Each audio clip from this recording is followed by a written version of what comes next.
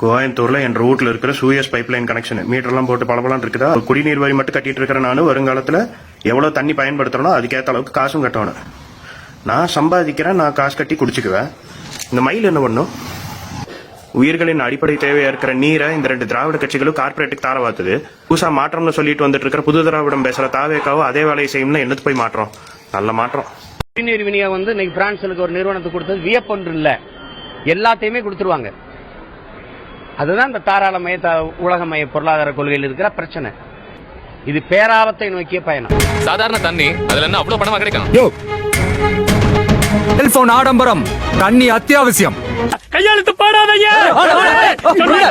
சேலம் மாநகரில் குடிநீர் விநியோகம் செய்வதை தனியாரிடம் ஒப்படைக்க தாவேக அரசு ஒப்பந்தம் மேற்கொண்டிருக்கிறது.